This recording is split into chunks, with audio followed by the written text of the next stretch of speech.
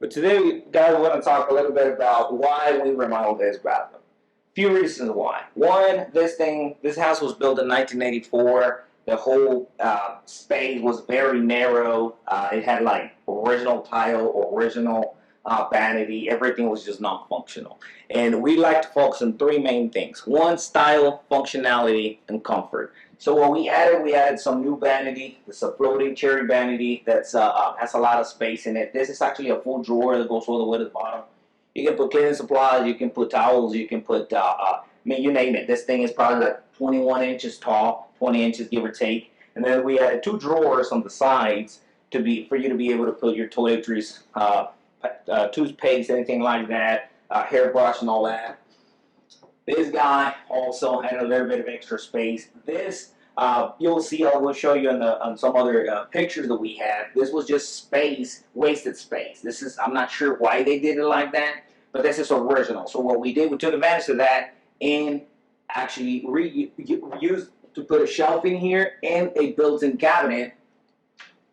This guy's pretty good in there. You can even tell what's going on. You can store in there. All the shelves, by the way, all this is adjustable stuff. You can, put pretty tall bottles, small bottles, bunch of toilet paper, towels, whatever you need to. And then we added some LED lighting to modernize a little bit. Now, this is one of my favorite things. This toilet is what I want to talk about. Everyone talks about, oh, what's your sleep number, all kinds of numbers, your credit score number, right? But no one talks about your toilet number. When I replaced this guy before, this was the most uncomfortable thing ever. Like, I'm 5'6", so for me to sit on something that's over 20 inches, it was very, it was uncomfortable, right? This guy, the nice thing about it, is adjustable. So if you're pretty tall, you don't want to squat all the way down, you can adjust this thing, obviously, before you install it. The bracket is behind here, which is in this space. That's where the bracket and the actual toilet tank is.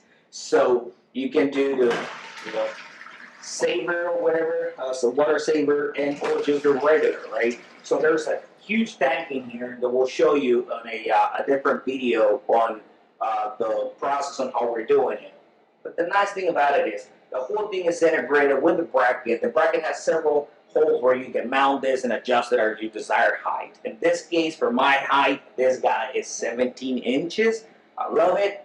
My wife likes it.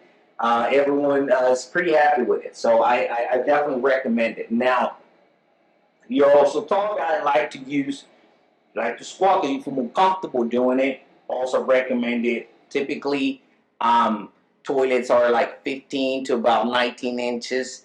Depending on, the surface and where you mount them and stuff. This guy, you can go a little bit higher or a little bit lower depending on what you need and where you mounted it also.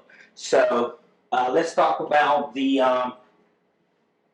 stub. So we went ahead and replaced this thing. Go ahead and replace this tub with a, this was just a 13-inch tub, regular, the ones they put in cookie cutter homes, builder grade stuff.